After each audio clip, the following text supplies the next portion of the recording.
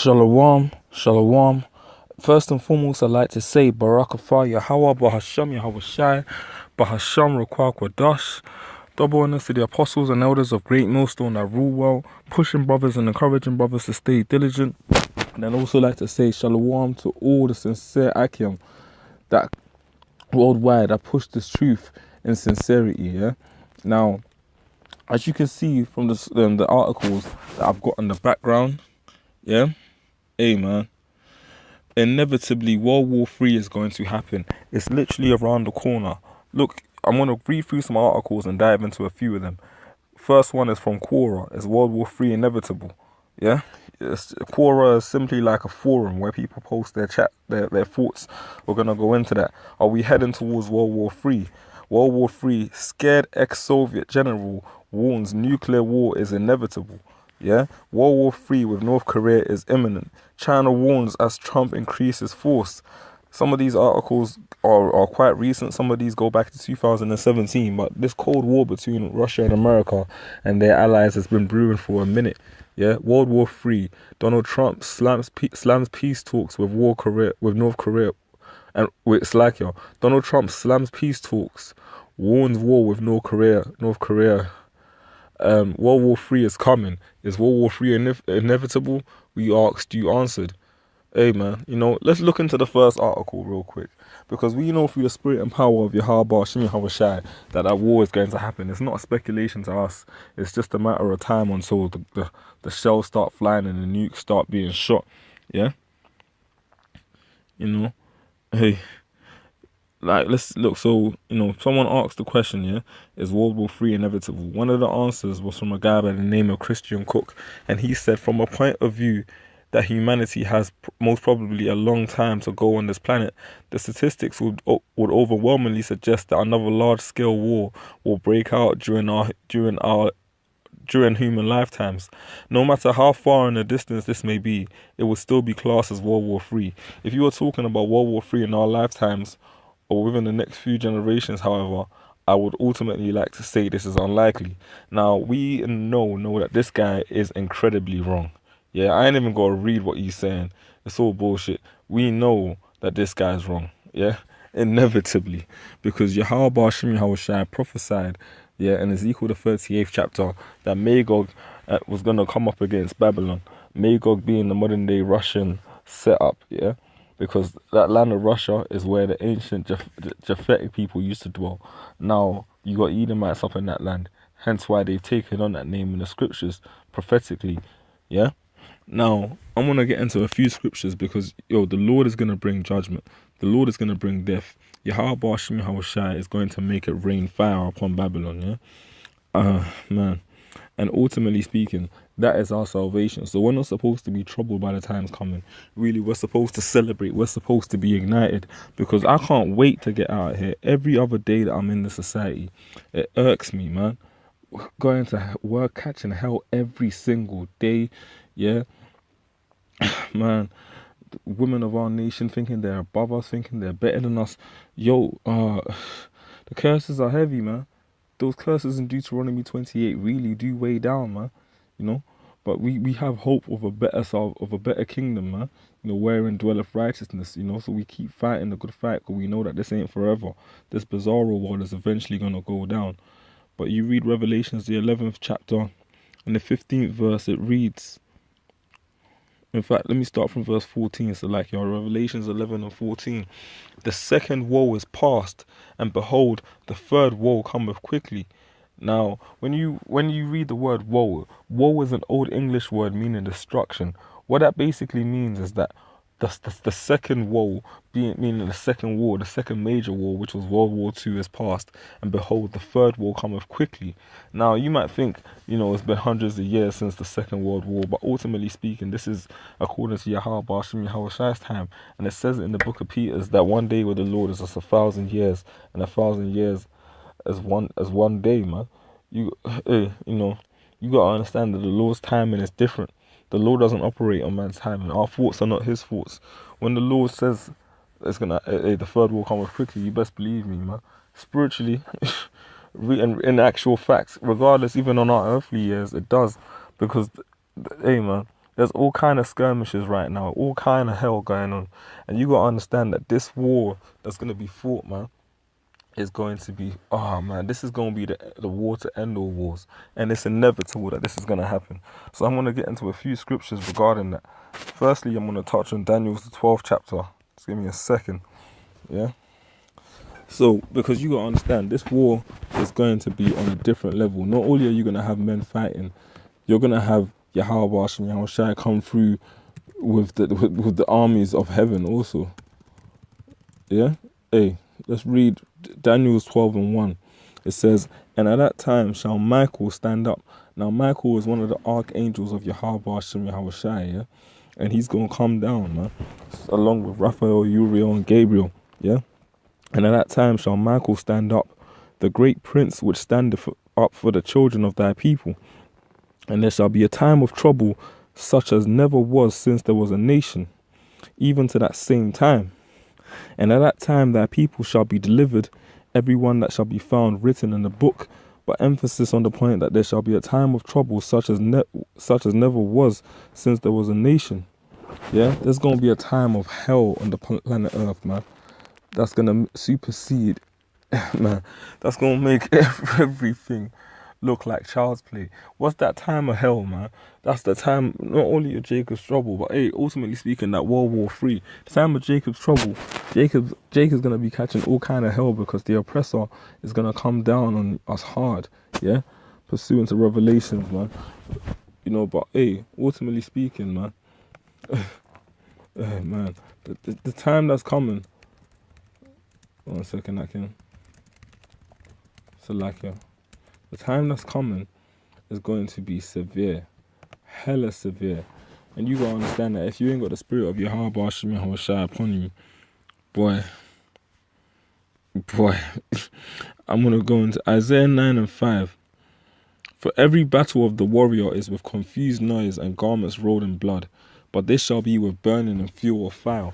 You see, all of the ancient warfare, the first thing that comes to my mind every time the scripture is read is the battle of 300 with the Spartans, when you saw them marching down against Xerxes' army, and they were out there with the shields, arrows bouncing off the shields, and they was stabbing man, getting their hands dirty, man. This war to come is going to be with burning and fuel of fire. You're gonna have machine guns, rockets, bombs, nuclear missiles, man. Millions of people, man, dying just from the press of a button and the detonation of a warhead. Shit is gonna get super real out here, man. It's not a joke. You gotta understand that Yahweh Shai is bringing this great judgment upon Babylon, man. And it's about time, man, because you people out here are wicked as hell. I can't wait to see you die, really and truly. Yeah, man, I really can't wait, man. I really can't wait. I really cannot wait, man. Bro, yo, I want to get into 2nd Esdras, the 15th chapter also, because you got to understand that there's going to be a great time of unrest on the planet. People are going to be doing all kind of madness. It tells you in 2 Timothy, the 3rd chapter, that in the last days, people shall be, in fact, we'll get into that. Let me just quickly bring this out. In 2nd Esdras, the 15th chapter, and I'm going to go from verse 14. Woe to the world and them that dwell therein, meaning destruction again, for the sword and their destruction draweth nigh.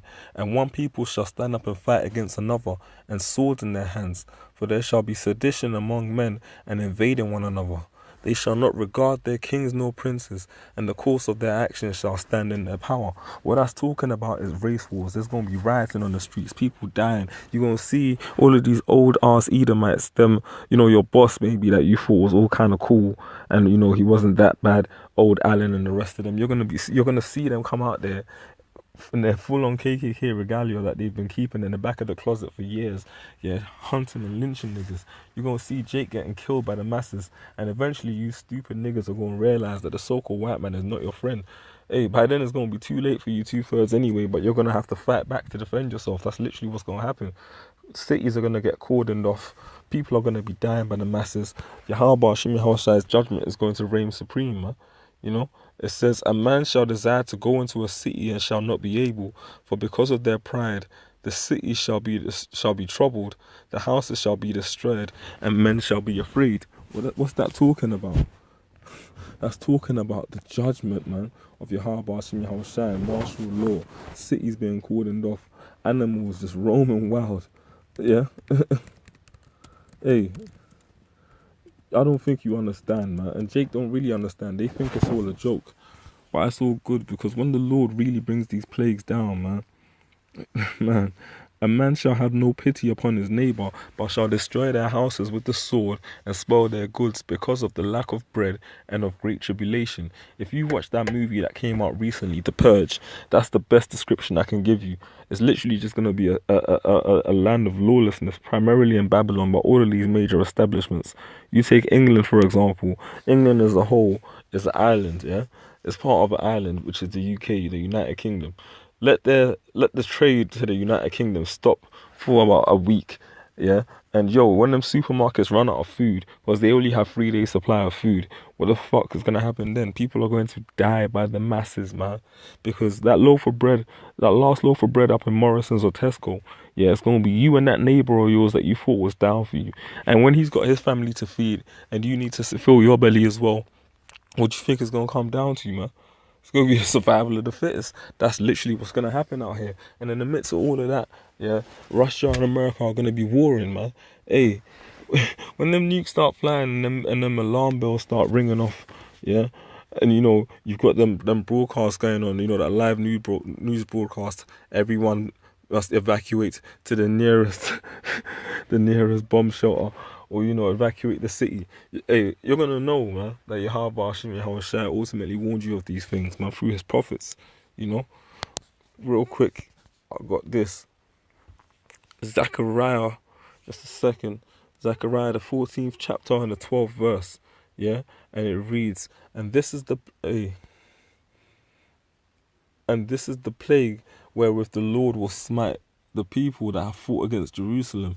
And really and truly, on this side, the 2/3 really have fought against the Israel of the Lord, because they've come up against the elect men of Yahweh Hashem Yahushai. But ultimately speaking, this is talking about the heathen, yeah?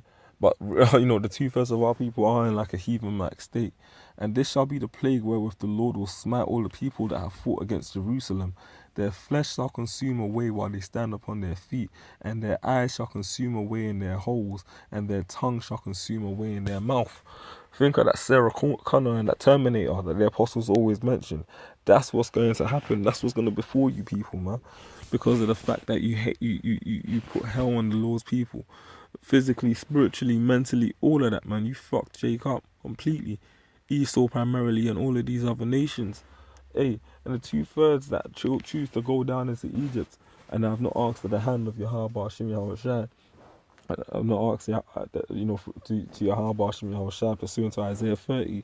Hey, the Lord's going to destroy you, man. And when that destruction cometh, you're going to know that you was warned. Ezekiel 33 and 33 says that, and when this cometh to pass, lo, it will come. Then shall they know that a prophet had been among them. You see, because all we're out here to do is tell you the truth, man. Yeah? Hey, no part of the scriptures of any secret private interpretation. We tell you exactly as it is, man.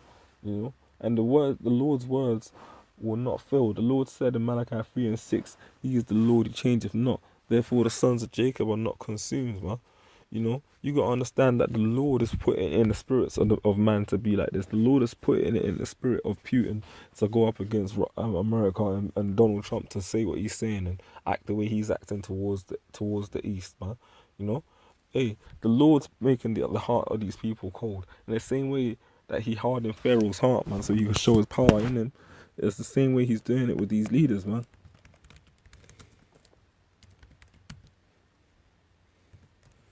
Just a second.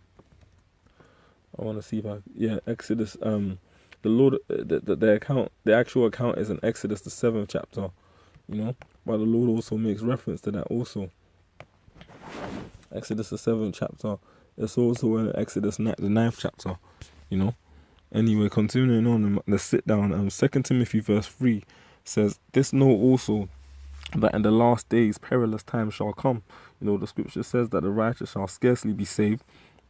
For you got accounts when righteous men had to die for the truth. Stephen, you look at Paul, You know, many righteous examples.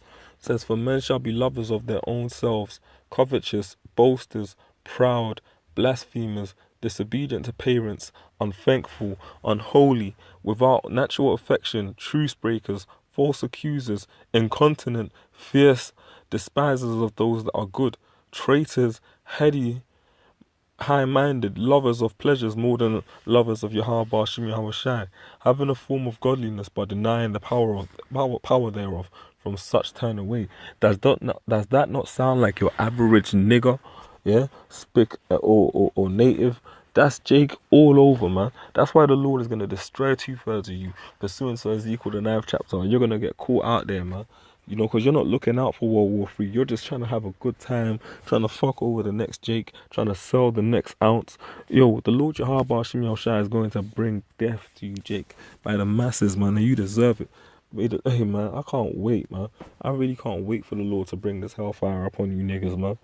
It's only a matter of time. And Yahweh Shem Yahweh Shai, Yahweh Shem Yahweh Shai is going to rain fire on you niggas, man. You know, just wait, man. That day's coming, man. You know, but hey, World War III is inevitable. Brother, stay watching the news, stay vigilant, man. You know, stay observing the times. Yahweh Shai gave the signs, man. He said, you know, you shall hear of wars and rumors of wars, uprisings of the people, earthquakes in diverse places. What do you see going on around you on a daily basis, man? Stay spiritual, man, and know that time is nearly upon us. Shalom, Akim. Stay strong. Kwam Yashala.